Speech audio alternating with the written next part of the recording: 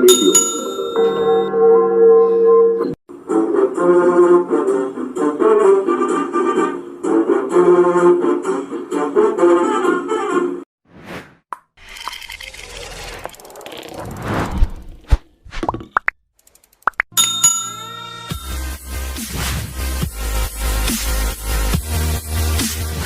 Harka fuunee akkam jirtu kabajamtoota dhaggeeffattootaa fi daawwattoota Siinqee Piroodakshin nagaan keenya bakka jirtan maratti sinaa qaqqabu jecha har'as mata duree haaraa walitti deebinee jirra.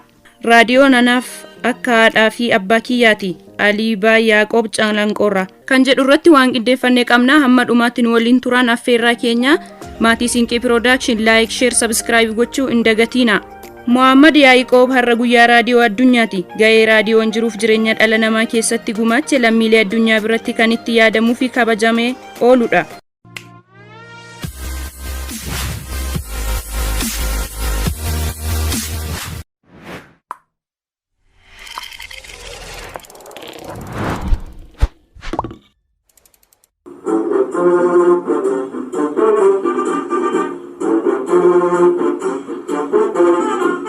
Interneetii fi televiizyinii akkasumas meeshaalee elektirooniksii oduu dabarsan gara addunyaa kanaa dhufuudhaan dura kan ture ta'uu isaatiin dhala namaa waliin michummaa cimaa qaba raadiyoon. Guyyaa raadiyoo addunyaa kan bara 2022 mata duree raadiyoo fi amanamummaa jedhuun akka kabajamu jaarmiyaan guyyaa kun akka kabajamu eegalu murteessa yuuneskoon ibseera.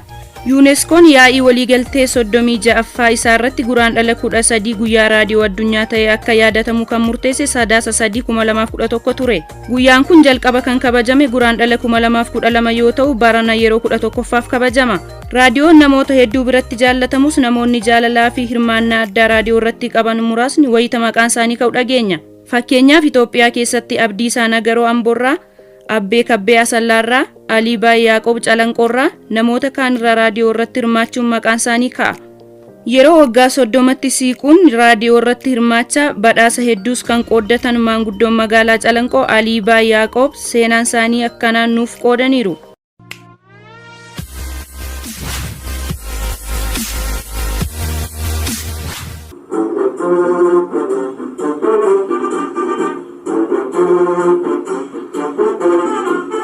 Raadiyoorraan baradheen raadiyoorraanis barame. Ijoollummaa isaaniirraa jaalala raadiyoo akka qaban kan himan Ab Aliibaa Yaaqoob, Hajii Muhammad Yaaqoob mana barumsaa sadarkaa tokkoffaa wayita turanitti odeeffannoo raadiyoorraa dhagahan dareetti barattootaaf dhiyeessaa turuu himan. Wayitan ijoollee ture colleen ture. Odeeffannoo kennuu fi fudhachuu irratti nan saffisa. Kutaa 5ffaa fi 6ffaa wayitan baradhu gaazexeessaan Shaambal Afawarqi Yohaannis jedhamutu waa'ee saayinsii irratti hojjeta ture. Anis baay'een isa jaalladha, nan hordofa. Waan inni dabarsu barreeffadheen wiixata daree seenee barattootaaf dhiyeessa jechuun eessaa akka hirmaannaa eegalan himan. Haala kanaan osoo jiranii taateen magaalaa Cirootti isaan mudate ammoo daranuu hojii isaanii har'aaf bu'uura akka ta'e himu. Abdiisaa Nagaroo Amboorraa qaroo dhabeessa raadiyoo suphan wayitan kutaa 9 magaalaa Cirootti baradhu baalabbaatti lafa sanaa Dajjazmaaj Ahmad Alii Xaasee namni jedhaman abbaa kiyya waliin michuu turan.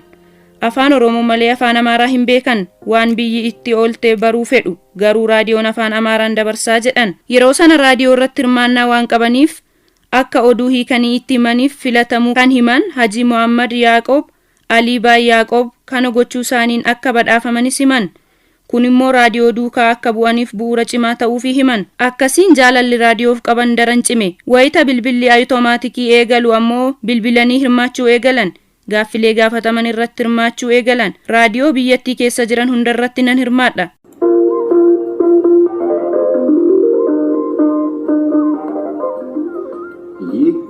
የኢትዮጵያ ሬዲዮ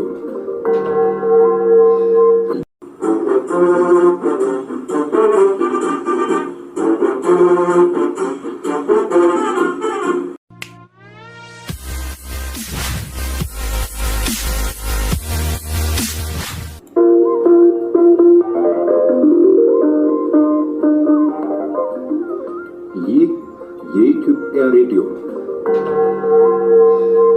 Raadiyoo Itoophiyaa faana kanneen kaaba biyyattii jiran hunda irratti hirmaachaan ture jedhan. Afaan Oromoo, Afaan Amaaraa, Hararii fi Afaan Tigireen hirmaachaa turuu fi yeroo jalqabaaf bara 1994 faanaarraa badhaasa argachuu himan. Bara 1994 faanaan teeppii gurguddaa 3 na badhaase.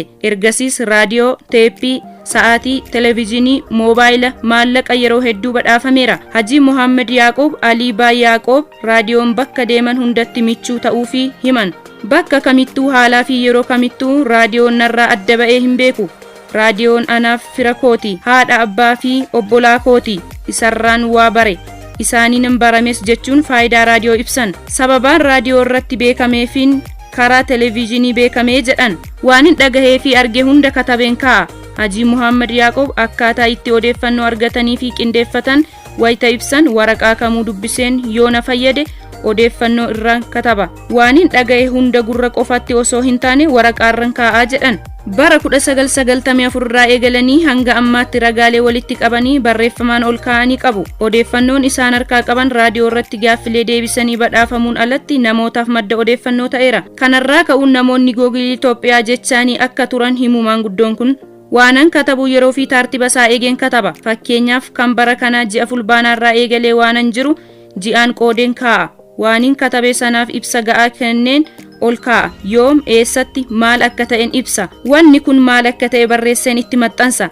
Afaan Amaaraa, Ingilizii fi qubeedhaan barreessuu kan himan Haji Muhammad Yaaqoob ragaaleen kuusaa kunneen akka kompiitaraan barreeffamanii ta'aniif ijoollee isaaniitti dhaamuu himan.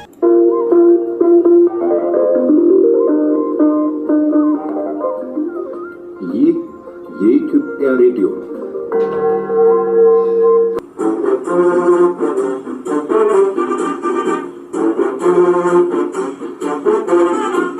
Muhammad Yaaqoob Alii Baay Yaaqoob eenyu?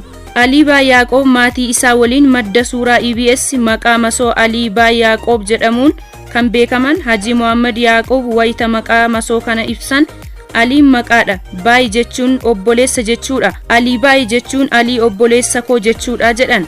Yeroo jalqabaaf maatii isaanii keessaa kan Itoophiyaa dhufe akaakoo isaanii ta'uu kan himan Haji Muhammad Yaaqoob akka lakkoofsa Itoophiyaa bara 1945 magaalaa Dirree Dhawaatti dhalatanii Calanqootti akka guddatan himan. Haji Muhammad Yaaqoob lammii Paakistaan turan. Maatiin isaanii duraan turan Itoophiyaa jiraatanis lammummaa Itoophiyaa hin arganne. Isaan garuu sababa dubartii Itoophiyaa fuudhaniif lammummaa Itoophiyaa argachuu himan. Mana barumsaa kutaa 1 hanga 6 magaalaa Calanqootti 8 fi 7 Dadar isa booda 9 hanga 12 ammoo magaalaa Cirootti baratan. Wayita barnoota xumuranii qabxii yuunivarsiitii isaan seensisu argatanis garuu sababa lammii Itoophiyaa hin turreef carraa yuunivarsiitii seenuu hin arganne. Kanaafuu dorgommii kolleejjii qonnaa Jimmaa seenuun waggaa 2 baratanii ba'an. Haadha manaa sachumaan Jimmaadhaa fuuchuu kan himan maanguddoon ganna 69 kun waggaa 46 fi walakkaa haadha warraa isaanii waliin turan keessatti ijoollee 9 waliin horuu himan. Kan jaartiin kiyya naaf deesse 9, tokko kan obboleessa kiyya, tokko ammoo kan ilma kiyya.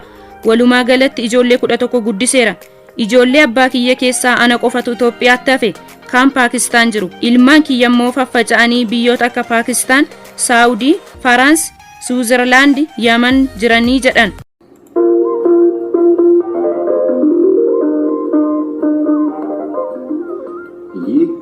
የኢትዮጵያ ሬዲዮ Ijoolleen isaanii hunduu Itoophiyaatti barnoota isaanii hordofan. Kan yuunivarsiitii irraa eebbifamanis jiru.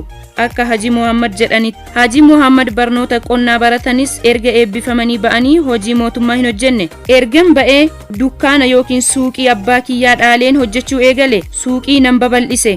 Horsiisa lukkuu, loon akkasumas mana suuraa fi faarmaasiiwwan banadheen hojjechuu eegalee jedhan. Yeroo ammaa ijoolleen isaanii warri Itoophiyaa jiran dukkaana qorichaa, faarmaasii fi suuqii akkasumas hojiiwwan horsiisa beelladaa isaan eegalan keessa seenuun hojjechaa jiraachuu himan. Haji Muhammad Yaaqoob afaan 7 bareechanii dubbatu.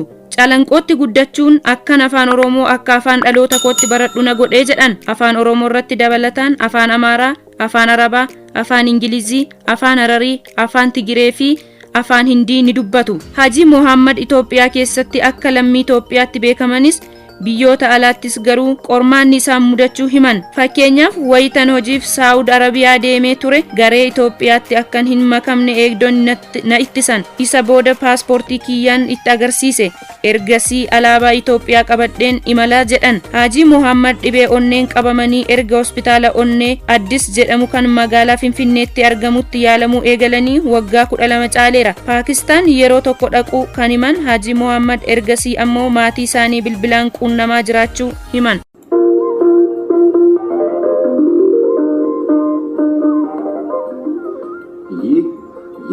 የኢትዮጵያ ሬዲዮ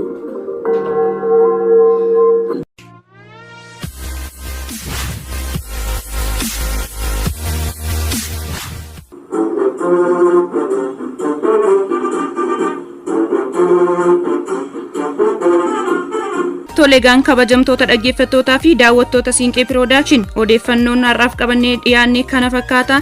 Odeeffannoo biraan hanga walitti deebinutti nagaan nu tura. Namoonni chaanelii kanaaf haaraa taatan laayik, sheer, sabiskiraayib gochuu hin dagatinaa.